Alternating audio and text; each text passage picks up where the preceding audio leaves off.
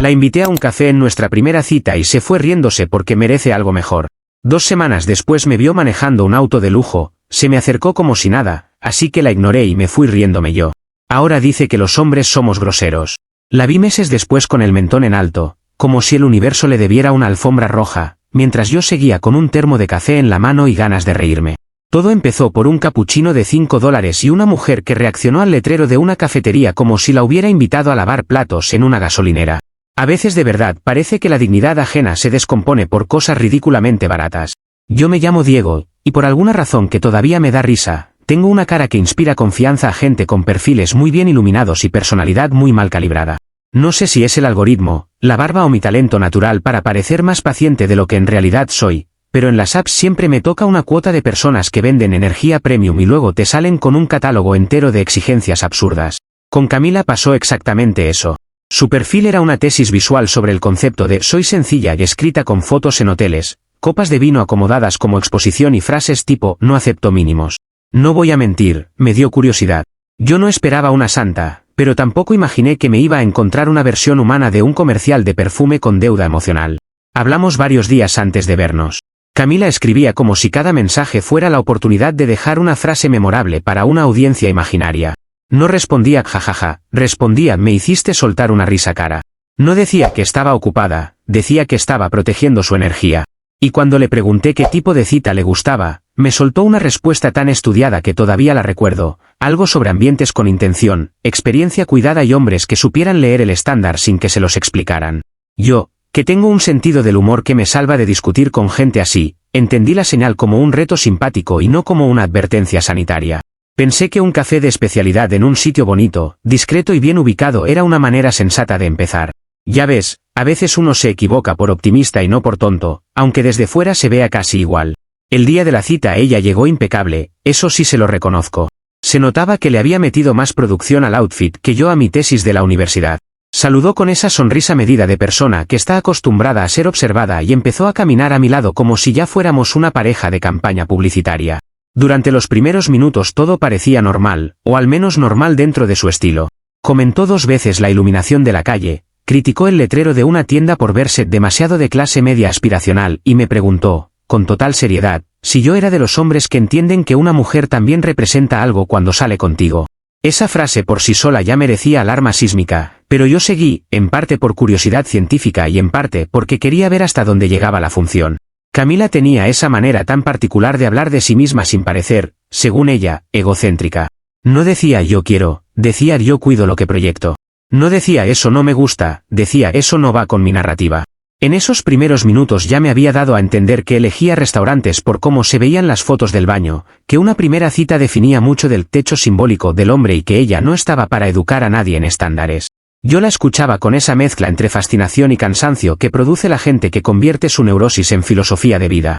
Me dio la impresión de que Camila no conocía la diferencia entre tener gusto y vivir haciendo casting. Igual seguí caminando porque, honestamente, a veces el mejor entretenimiento es gratis y a veces cuesta $5. La cafetería que escogí no era un hueco triste ni un sitio improvisado. Era un lugar bonito, limpio, con café excelente, postres decentes y esa estética sobria que no necesita un neón diciendo instagrameable para funcionar. Yo ya había ido varias veces y sabía que servían uno de los mejores capuchinos de la zona. Mi lógica era simple, primera cita, conversación tranquila, buen café, cero teatro. Pensé que eso jugaba a favor de los dos. A mí me permitía conocerla sin tener que gritar sobre un violinista en un restaurante de mantel importado, y a ella, en teoría, le daba una excusa perfecta para bajar un cambio y comportarse como persona normal durante una hora. Claramente fui demasiado ambicioso con la parte de persona normal. Todo iba razonablemente estable hasta que doblamos la esquina y Camila vio el letrero del local. No exagero si digo que se frenó en seco. Fue un movimiento tan brusco que por un segundo pensé que había visto una cucaracha, a un ex, o una cámara escondida de algún programa donde premian a hombres ingenuos. Pero no. Lo que vio fue el nombre de una cafetería. Me miró de arriba abajo con una lentitud ofensiva, como si quisiera calcular en segundos todos los errores que, según ella, me habían traído a ese punto de vergüenza pública. Luego soltó una risa seca, de esas que no salen del humor sino del desprecio, y me dijo que su tiempo valía más que un capuchino de $5. Yo me quedé en silencio unos segundos porque mi cerebro estaba haciendo fila para procesar la estupidez. Camila siguió hablando, ya embalada en su propio discurso.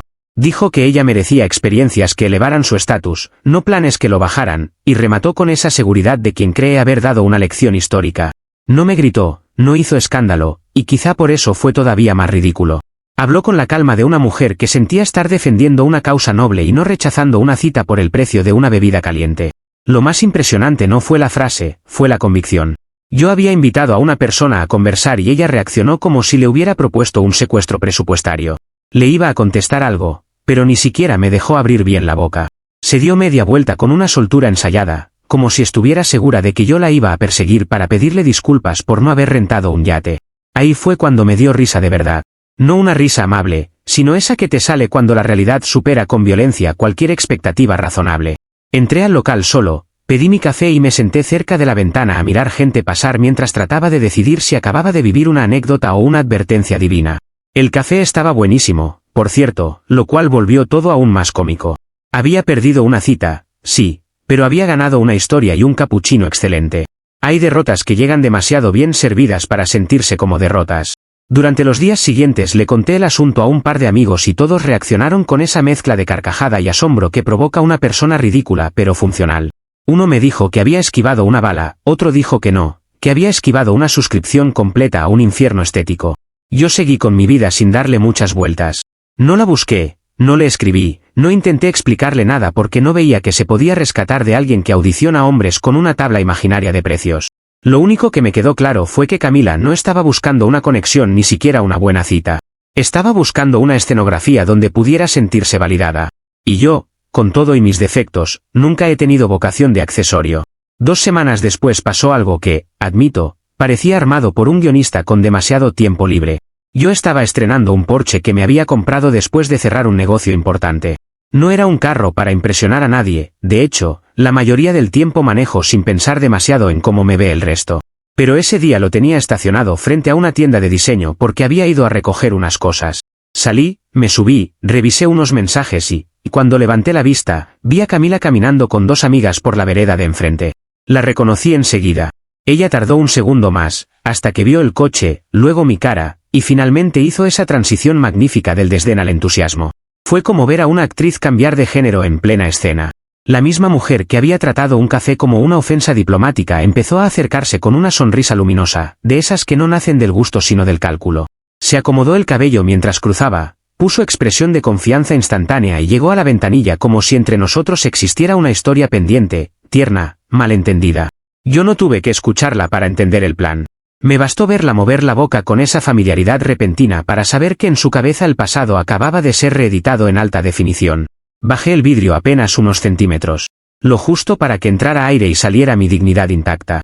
Camila arrancó con un tono dulce, casi divertido, como si nuestra última interacción no hubiera sido ella riéndose de mi cita en plena calle. Dijo mi nombre con una confianza que no se había ganado y empezó una frase que sonaba a saludo reciclado, algo entre sorpresa y oportunidad. No la dejé terminar.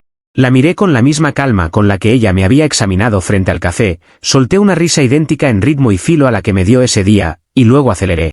No hice escándalo, no le di discurso, no me puse moralista. Solo le devolví el espejo con ruedas. Por el retrovisor llegué a verla quedarse quieta, con la sonrisa caída y la frase colgando en el aire, mientras sus amigas intentaban procesar el golpe. Lo mejor de todo no fue el carro ni el gesto, sino la pureza matemática del momento. Camila había convertido el valor de una persona en una escenografía de lujo, y justo por eso terminó siendo humillada por la misma lógica que trató de imponer.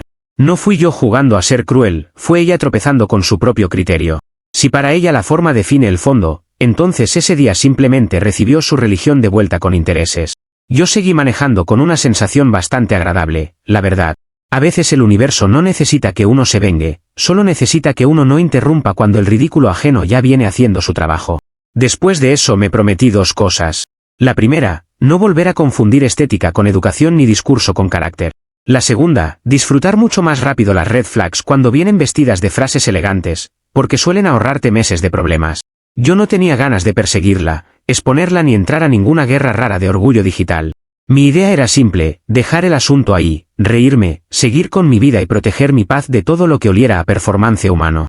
El problema, como descubrí después, es que hay gente que no soporta quedarse fuera de la foto, aunque para volver tenga que inventarse una cámara. Comentarios de la historia principal. Usuario anónimo 1 dice, imagínate perderte un Porsche por despreciar un café de $5. Le salió más caro el orgullo que la gasolina, y eso ya es decir bastante. Hay gente que no sabe distinguir entre algo sencillo y algo de mala calidad, y luego se sorprende cuando la vida les cobra la ignorancia con intereses. Respuesta de la OP, lo más chistoso es que el café de ese lugar sí era premium, así que ese día se perdió 2 lujos por andar haciendo casting de billeteras. El Porsche tiene portavasos, pero claramente no están diseñados para gente que confunde educación con presupuesto. Al final no rechazó pobreza, rechazó buen gusto con espuma. Usuario anónimo 2 dice, eso no fue una sonrisa cuando te vio en el carro, fue una operación matemática con pestañas. Vio el logo del volante y mágicamente se le olvidó que un capuchino atentaba contra su estatus. Esa gente no reconoce personas, reconoce marcas y actúa según el precio estimado. Respuesta de la OP, tal cual, a mí me sonó más a lector de códigos de barras que a reencuentro genuino. Me confirmó que no estaba viendo a Diego, estaba viendo un emblema brillante con llantas. Y honestamente, si ella cree tanto en la exclusividad, yo también puedo ser exclusivo y no admitir devoluciones. Actualización 1. Una semana después del episodio del coche, yo ya daba el asunto por enterrado, pero Camila decidió exhumarlo con filtro Valencia y subtítulos pretenciosos. Mi plan había sido seguir con mi rutina, tomarme mis cafés tranquilo y no volver a pensar en esa mujer salvo cuando necesitara una anécdota ridícula para una sobremesa. El problema es que ella no estaba dispuesta a perder un relato que pudiera servirle de ornamento social. Según me fui enterando, interpretó que mi risa y mi salida no habían sido un rechazo, sino un malentendido estético, que debía corregirse antes de que afectara su imagen. Traducido al idioma real, necesitaba que la historia terminara con ella viéndose codiciada, no descartada. Me di cuenta de que venía tormenta cuando un amigo me mandó una captura de pantalla sin contexto y un mensaje que solo decía desde cuándo. En la historia aparecía una foto mía dentro del Porsche, tomada claramente desde lejos, con una canción de fondo y una frase tan ridícula que tuve que leerla 2 veces.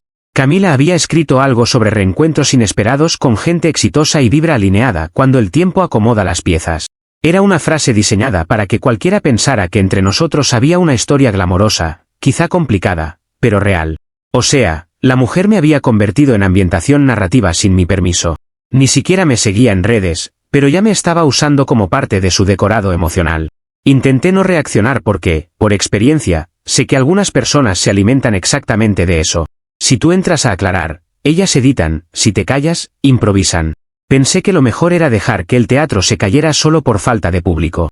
El problema es que Camila no estaba trabajando para desconocidos, sino para el ecosistema más peligroso de todos, los amigos en común y los conocidos aburridos.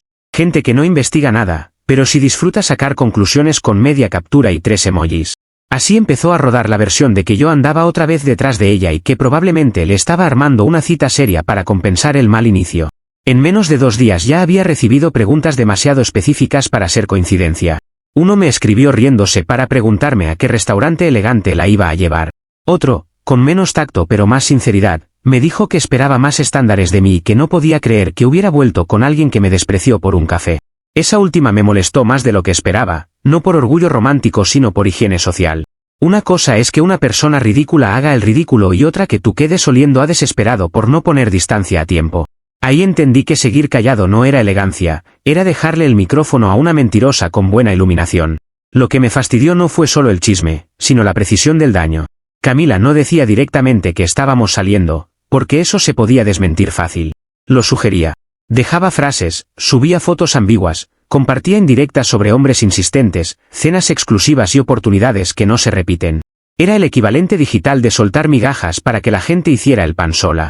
Y funcionaba porque ella manejaba muy bien ese tono de yo no dije nada, pero ustedes entienden. La ambigüedad es el refugio favorito de quien quiere manipular sin ensuciarse demasiado. Yo la veía desplegar esa estrategia y pensaba que, si hubiera dedicado la mitad de esa energía a desarrollar una personalidad real, quizá hasta me habría caído bien. Un viernes por la tarde terminé de convencerme cuando vi otra historia donde no salía mi cara, pero sí el coche, y una frase sobre hombres que saben corregir una primera impresión cuando entienden a quien tienen enfrente. Ahí ya me entró la risa peligrosa, esa que antecede a decisiones pequeñas pero muy intencionales. No iba a escribirle un manifiesto, ni a exponer capturas, ni a meterme en esa guerra de barro elegante. Quería una respuesta breve, limpia y lo bastante filosa para desinflarle la narrativa sin regalarle un escándalo completo. Algo que no sonara desesperado ni victimista, solo lo justo para recordar cómo empezó todo. Porque si algo me irrita de la gente como Camila es que quieren reescribir la humillación ajena como si hubiera sido una colaboración artística. Así que publiqué una historia simple. Nada de indirectas kilométricas ni fondos dramáticos. Solo la foto de un café de especialidad, el mismo tipo de taza que empezó toda esta ópera ridícula, con una frase que decía que a veces lo más valioso es lo que otros no saben apreciar por falta de presupuesto emocional. Me gustó porque sonaba elegante, pero también porque llevaba veneno fino. No decía su nombre, no mostraba su cara y, sin embargo, si a ella le picaba era porque reconocía perfectamente el origen del incendio. Yo la subí, guardé el teléfono y me fui a una reunión convencido de que ahí terminaba el asunto. Evidentemente subestimé la resistencia del ego cuando viene patrocinado por autoestima inflada. Horas después tenía un mensaje privado suyo esperándome, largo como excusa de político. Empezaba llamándome poco caballeroso y seguía con una tesis delirante sobre cómo su reacción del primer día había sido una curaduría de carácter. Sí, así lo llamó, curaduría de carácter. Según Camila, ella necesitaba ver si yo era un hombre de verdad, uno que supiera sostener la energía de una mujer con estándares sin resentirse por una prueba inicial. Leí eso 2 veces para asegurarme de que no era una parodia. Básicamente me estaba explicando que humillarme en la calle había sido una evaluación sofisticada, casi un favor, y que yo había fallado por no entender la profundidad artística de su desprecio. Confieso que me quedé mirando el mensaje con una mezcla rara de cansancio y admiración antropológica. Hay gente que miente, y luego está la gente que se doctoró en renombrar su interés como si fuera método. Camila no admitía haberse equivocado, reempaquetaba su error como estrategia. En su versión, no había calculado mal, había estado observando. No se había arrimado al porche por conveniencia, sino para revisar si todavía había sintonía. Ese tipo de relato solo funciona si la otra persona colabora por culpa, por hambre o por vanidad. Y como yo, por suerte, andaba alimentado en las 3 áreas, la respuesta me dio más risa que tentación. No le contesté enseguida. Primero se lo enseñé a un amigo que casi se atraganta de la risa con la frase curaduría de carácter. Luego me fui a dormir, que es una gran actividad cuando alguien intenta arrastrarte a una discusión absurda. A la mañana siguiente ya había decidido que no iba a debatirle el guión. Le respondí algo breve, lo justo para que supiera que había leído su obra. Le dije que me fascinaba el diccionario nuevo que inventa la gente para no reconocer que invirtió mal, y que su curaduría había fallado en un detalle importante. No detectó que el porche ya estaba pagado desde antes de que ella decidiera despreciar el café. Fue una respuesta seca, limpia y suficiente. Nada hiere más a ciertas personas que descubrir que ni siquiera ocupan el espacio emocional que creían ocupar. Ella no respondió a eso en privado, pero sí hizo lo que mejor sabe hacer, maquillar la derrota en público. Esa misma tarde publicó otra serie de historias donde hablaba de cómo algunos hombres con dinero pierden la clase muy rápido. No mencionó mi nombre, claro, porque la cobardía también puede venir con diseño gráfico. Habló de decepción, de valores, de modales, de hombres que se sienten poderosos humillando a mujeres auténticas. Era un discurso claramente construido para salvar la imagen después de no poder sostener la mentira anterior. Lo más gracioso es que en su intento por presentarse digna, terminó confirmando lo único que yo ya sabía, que el problema nunca fue el café, sino que ella necesitaba que todo el mundo creyera que seguía teniendo el control. Mi círculo cercano, al menos, entendió la jugada bastante rápido. Algunos me escribieron para pedir contexto y se los di en versión resumida, sin drama, con la misma serenidad con la que se habla de una tormenta absurda que te mojó una tarde y ya. Otros simplemente captaron por el tono de mis historias y por la velocidad con que ella cambió de versión que algo no cuadraba. Aún así, quedó ese olor social incómodo, esa sensación de que Camila no iba a dejar el tema morir mientras pudiera exprimirle 2 gotas más de validación digital. Yo ya conocía el patrón, primero te usa, después te resignifica, luego se victimiza si no cooperas.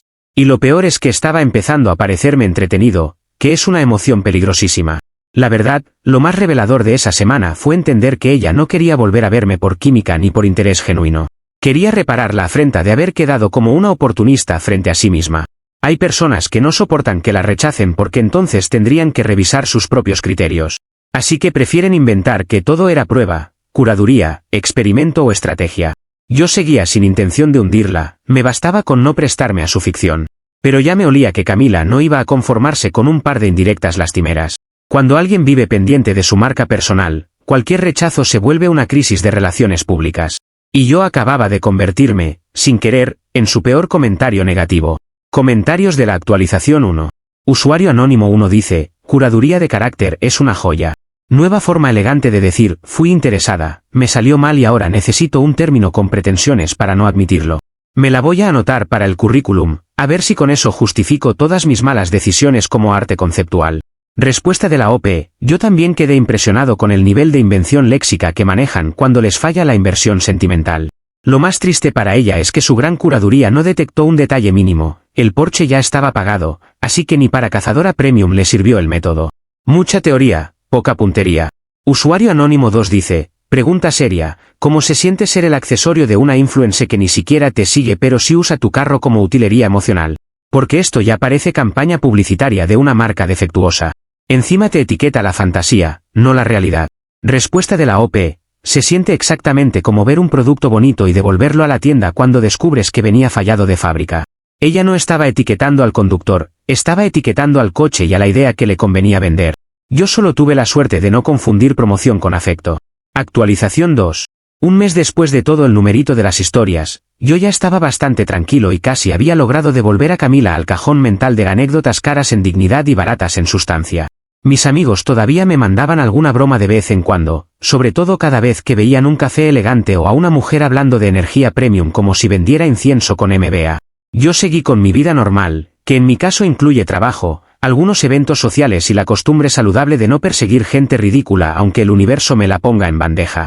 Por eso acepté ir a la inauguración de una galería de arte sin pensar demasiado en quién más podría aparecer. Era uno de esos eventos donde la mitad de la gente va por interés cultural y la otra mitad va a sostener una copa de champaña con cara de que entiende el sufrimiento del concreto. La invitación me la había hecho el dueño de la galería, amigo mío desde hace años, un tipo con muy buen ojo para el arte y todavía mejor radar para detectar farsantes. Yo sabía que sería una noche tranquila, con gente conocida, conversación decente y cero necesidad de demostrarle nada a nadie. Fui porque me apetecía ver la exposición y porque, siendo sincero, me gustan esos espacios donde uno puede caminar, mirar una obra y escuchar a alguien decir una barbaridad pretenciosa con vocabulario importado. Siempre hay uno. A veces incluso dos. Lo que no esperaba era que esa noche la barbaridad no fuera verbal al principio, sino con tacones y perfume caro. Me enteré después de que Camila consiguió una invitación de último minuto moviendo contactos, favores y probablemente pestañas estratégicas. En el momento yo no lo sabía, claro. Lo que sí noté fue una sensación familiar de espectáculo inminente cuando estaba hablando con el dueño de la galería sobre una escultura y vi, por el reflejo de un vidrio, una silueta conocida avanzar con decisión quirúrgica. Hay personas que caminan y hay personas que hacen entrada. Camila era de las segundas. Venía con una copa en la mano, la postura perfectamente calibrada y esa sonrisa ensayada de quien cree que está a 3 segundos de corregir el relato frente a testigos útiles. Se acercó como si entre nosotros existiera una continuidad elegante en lugar de un historial de descaro. Ni siquiera saludó como saluda una persona normal cuando no ha sido invitada emocionalmente a nada. Se metió en la conversación con esa familiaridad falsa que tanto domina, inclinó un poco la cabeza y soltó que nosotros siempre habíamos tenido gustos similares. Lo dijo mirando primero al dueño de la galería y luego a mí, no porque quisiera comunicar algo verdadero, sino porque necesitaba que alguien lo registrara. Era una frase diseñada para instalarse, no para conversar. En su cabeza, supongo, bastaba con pronunciar una mentira con tono exclusivo para que se volviera parte del ambiente. Yo la miré con la calma de alguien que ya vio el truco completo en capítulos anteriores. No tenía ganas de discutir ni de armar un teatro paralelo delante de una escultura que, honestamente, merecía mejor compañía. Así que simplemente me hice a un lado, sin tocarla ni darle protagonismo, y le pedí que no estorbara el paso hacia la obra que estaba mirando. Lo dije con la cortesía exacta que se usa cuando alguien se pone donde no debe. Después comenté, en voz lo bastante clara como para que se oyera sin convertirse en escena, que la pieza me recordaba a cierta gente que es pura fachada y nada de fondo. No mencioné nombres. No hacía falta. Algunas verdades se reconocen solas cuando entran maquilladas. Hubo un segundo precioso de silencio. Ese tipo de silencio que existe justo antes de que un ego maltratado decida inmolarse en público. Camila sonrió primero, pero no era una sonrisa real, era ese gesto tenso con el que algunas personas intentan mantener la compostura mientras por dentro ya están redactando una tragedia. El dueño de la galería siguió observando la obra como si nada, que fue probablemente la humillación más fina de toda la noche. Yo también seguí mirando la escultura, porque de verdad me interesaba más eso que su reacción. Y creo que ahí estuvo el error fatal para ella. Camila podía soportar una pulla, incluso una indiferencia breve. Lo que no soportaba era dejar de ser el centro de la escena que había venido a secuestrar. Entonces explotó. No con lágrimas ni con sutileza, sino con volumen. Empezó a decir que yo era un grosero resentido, que no sabía tratar a una mujer de su nivel y que había hombres a los que el dinero solo les refinaba el auto, no los modales. Todo eso con una copa en la mano y un tono que desentonaba tanto con el lugar que parecía una alarma de incendio con labial. Varias personas giraron a mirar, algunas con curiosidad y otras con ese placer culpable que da presenciar una catástrofe social ajena. Yo no dije nada al principio porque, sinceramente, no hacía falta. Camila estaba haciendo sola un trabajo espléndido de demolición pública. Lo verdaderamente hermoso del asunto fue la velocidad con la que su personaje se le rompió encima. La mujer del lujo silencioso se había transformado en menos de un minuto en un berrinche con accesorios. Ya no estaba proyectando exclusividad ni coherencia de marca ni ninguna de esas frases que usa como perfume verbal. Estaba gritando en una galería. Y no gritando por una injusticia grave ni por una agresión real, sino porque un hombre al que ella había despreciado no quiso jugar el papel decorativo que le había asignado. Ahí se notó clarísimo que lo suyo nunca fue refinamiento, fue maquillaje con vocabulario. Cuando la validación falla, se les cae la gramática antes que el peinado. El dueño de la galería, que hasta ese momento se había mantenido diplomático, intervino con una educación que dolía más que un regaño. Le pidió amablemente que bajara la voz porque su comportamiento no encajaba con la estética del evento. Yo casi tuve que bajar la cabeza para esconder la risa. Era la frase perfecta. No la estaba insultando, no la estaba expulsando como si fuera una delincuente, solo le estaba diciendo, en su propio idioma, que no combinaba con el lugar. Fue como devolverle el café de $5 en versión curada. Camila se quedó helada un segundo, como si no pudiera creer que alguien hubiera usado su propia lógica superficial contra ella con tanta precisión y tan poco esfuerzo. Pero claro, una persona razonable ahí habría entendido la señal y se habría retirado con el mínimo daño posible. Camila no es una persona razonable. En vez de cerrar la boca, dobló la apuesta. Dijo algo sobre elitismo, sobre misoginia fina, sobre cómo ciertos hombres usan sus conexiones para humillar mujeres brillantes. Mientras hablaba, ya se habían acercado dos personas de seguridad con esa discreción profesional que anuncia el final de una noche mala.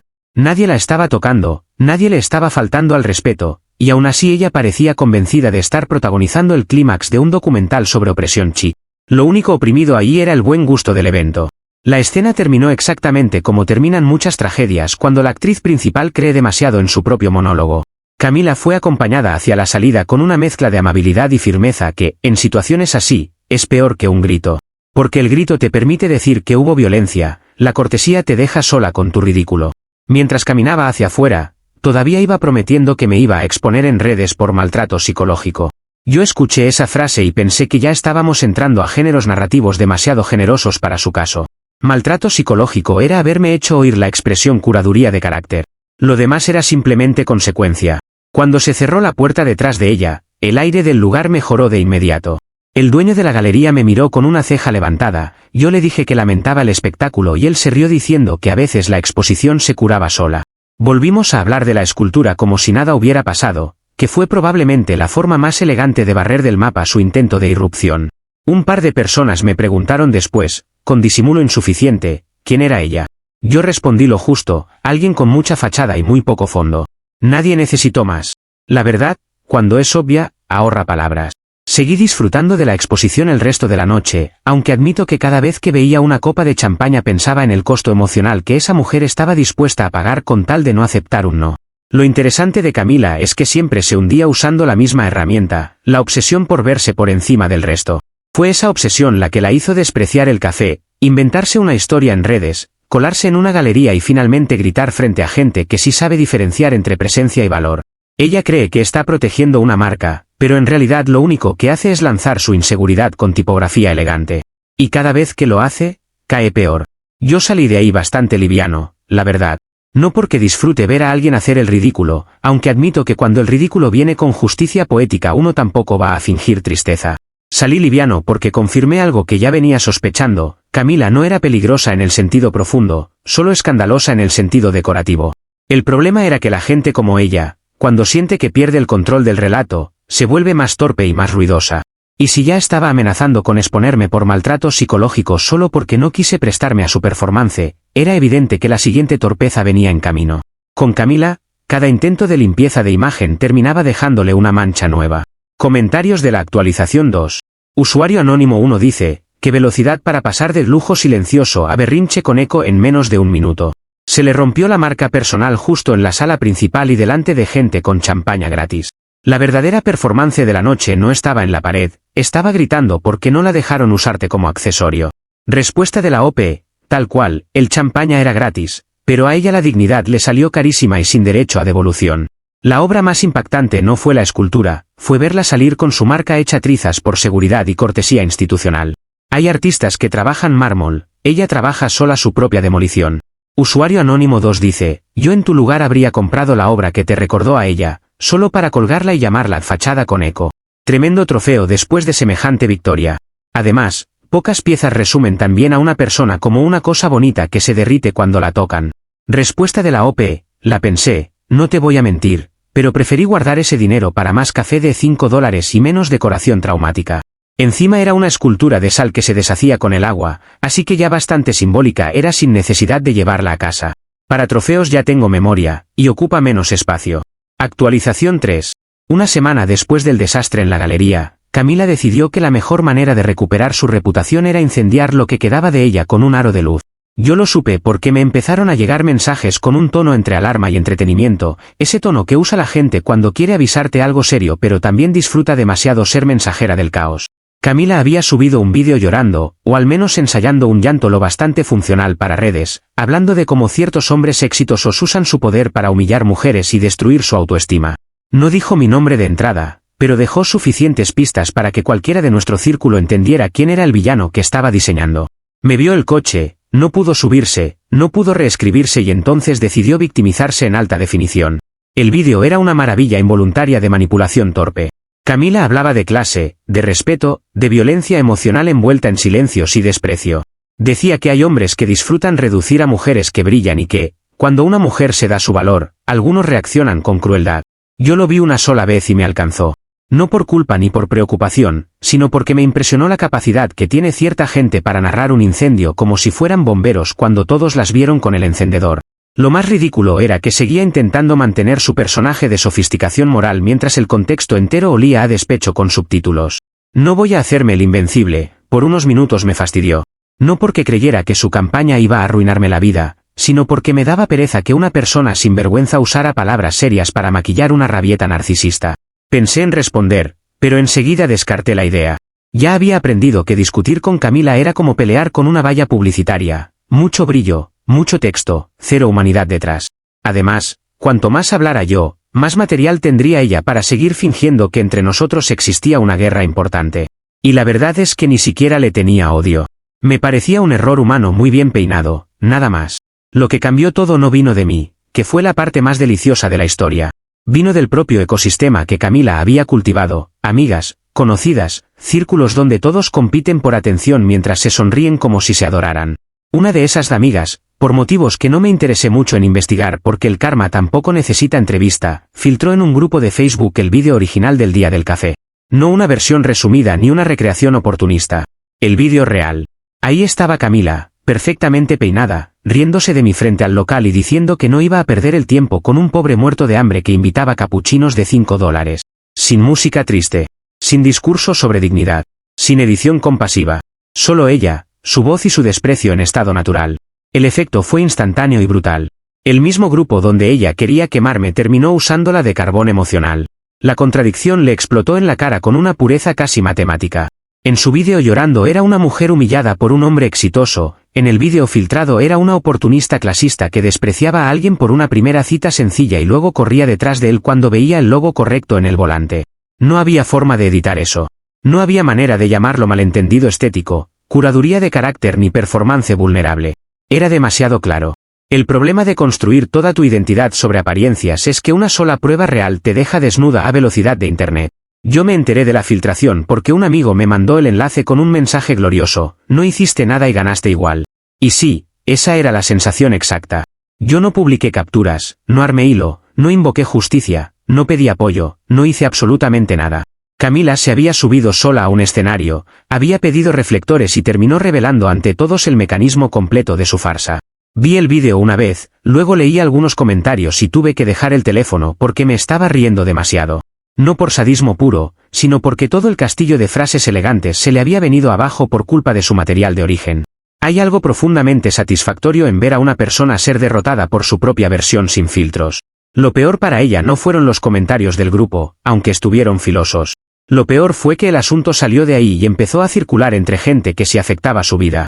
Camila tenía varios acuerdos con marcas locales de ropa y accesorios, nada gigantesco, pero suficientes para alimentar su ilusión de influencer regional intocable. Ese tipo de marcas suelen vender hoy una cosa y una moral mañana. Hablan mucho de inclusión, sencillez, autenticidad y cercanía mientras colocan bolsos con nombres franceses. Y claro, cuando el vídeo la mostró burlándose de un pobre muerto de hambre por un café barato, la alineación de valores se les evaporó en segundos. No podían seguir usando como imagen a una mujer que hablaba como villana de telenovela en un outlet emocional. Las cancelaciones llegaron más rápido de lo que ella seguramente creyó posible. Una tienda anunció, con ese tono corporativo de decepción lavada, que pausaba su colaboración con personas cuyas actitudes no representaban sus valores de inclusión y sencillez. Otra simplemente borró todas sus fotos y dejó de mencionarla. Una tercera, según me contaron, le escribió en privado para cerrar el acuerdo pendiente antes de que la tormenta creciera más. En menos de una semana Camila pasó de intentar exponerme por maltrato psicológico a estar ocupada recogiendo los pedazos de su reputación comercial. Lo que más gracia me dio fue la ironía brutal del argumento: la mujer que rechazó un café por no elevar su estatus terminó perdiendo contratos porque su clasismo quedó grabado en horizontal. A partir de ahí su caída ya no fue un accidente, fue un efecto dominó alimentado por ella misma. Borró historias, luego desactivó comentarios, después eliminó una de sus cuentas principales por unos días. Todo eso solo hizo que la gente sospechara más y compartiera más el vídeo original. Cada intento de controlar el daño producía una nueva ola de atención, como si su propia ansiedad apretara el botón equivocado una y otra vez. Hay personas que saben salir de un escándalo bajando el volumen. Camila, en cambio, siempre quiso resolver el fuego con secadora. Así que cuanto más trataba de proteger su imagen, más evidente se volvía que no había imagen real debajo. Tiempo después me enteré, por la vía chismosa y bastante confiable de una conocida, que Camila había tenido que empezar a trabajar en una tienda de ropa de segunda mano para cubrir deudas y sostener el estilo de vida que ya no podían financiarle las colaboraciones fantasiosas. No me consta cada detalle de su economía, así que no voy a fingir que vi estados de cuenta ni nada por el estilo. Lo que sí supe por varias personas fue que estaba trabajando ahí y que no estaba precisamente feliz con el giro del destino. Lo encuentro poético por razones que ni siquiera necesitan explicación. La misma mujer que medía el valor humano por el precio visible de una cita terminó doblando prendas usadas bajo luz blanca y promociones de fin de semana. La vida, cuando quiere ser guionista, a veces se pone demasiado creativa. Lo último que escuché de ella fue tan absurdamente coherente con su personaje que casi parecía un remate plantado. Según contó alguien que la vio, Camila se estaba quejando de que el uniforme de la tienda era demasiado sintético para su piel. Me pareció perfecto. No redentor, no triste, no profundo. Perfecto. Porque incluso en ruinas seguía aferrada a la idea de que el problema era el material de afuera y no el vacío de adentro. Algunas personas no aprenden ni cuando el golpe es clarísimo. Solo cambian el escenario donde se quejan. Ella antes despreciaba capuchinos y ahora despreciaba poliéster. La esencia seguía intacta, la escenografía era la que había bajado de presupuesto. Yo, por mi parte, seguí con mi vida bastante bien.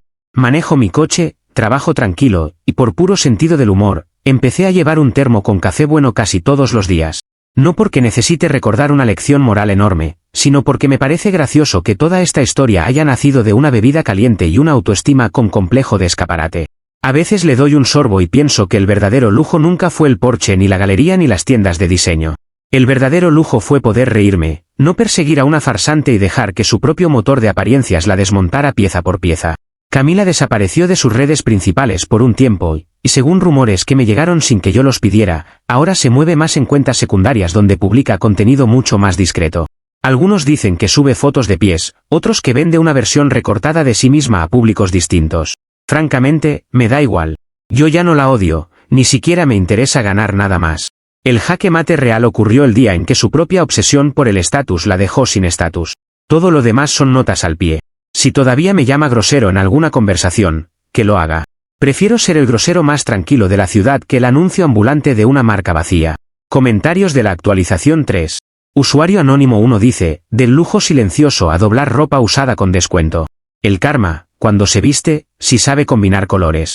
Y lo mejor es que ahora puede hacer curaduría de prendas ajenas mientras intenta no llorar frente a una etiqueta rebajada. Respuesta de la OP, no te voy a mentir, la imagen de ella haciendo curaduría entre camisas con manchas tiene una belleza narrativa difícil de superar. Al menos ahora está más cerca de entender cuánto cuesta de verdad el kilometraje social que tanto le fascinaba calcular desde afuera. La vida le puso inventario donde antes había puro humo. Usuario anónimo 2 dice, con amigas así no hacen falta enemigos. ¡Qué eficiencia para destruir una marca en tiempo récord! Ojalá la que filtró el vídeo cobre comisión, porque hizo más control de calidad que todos sus patrocinadores juntos. El filtro se cayó y debajo había puro clasismo HD. Respuesta de la OP, la lealtad entre ciertas influencers dura más o menos lo mismo que sus filtros cuando alguien sube el vídeo original. Al final la mejor marca que uno puede tener es la honestidad, porque esa sí no depende de iluminación, patrocinio ni ángulo bueno. Y esa, por más que ella quisiera, no la podía comprar.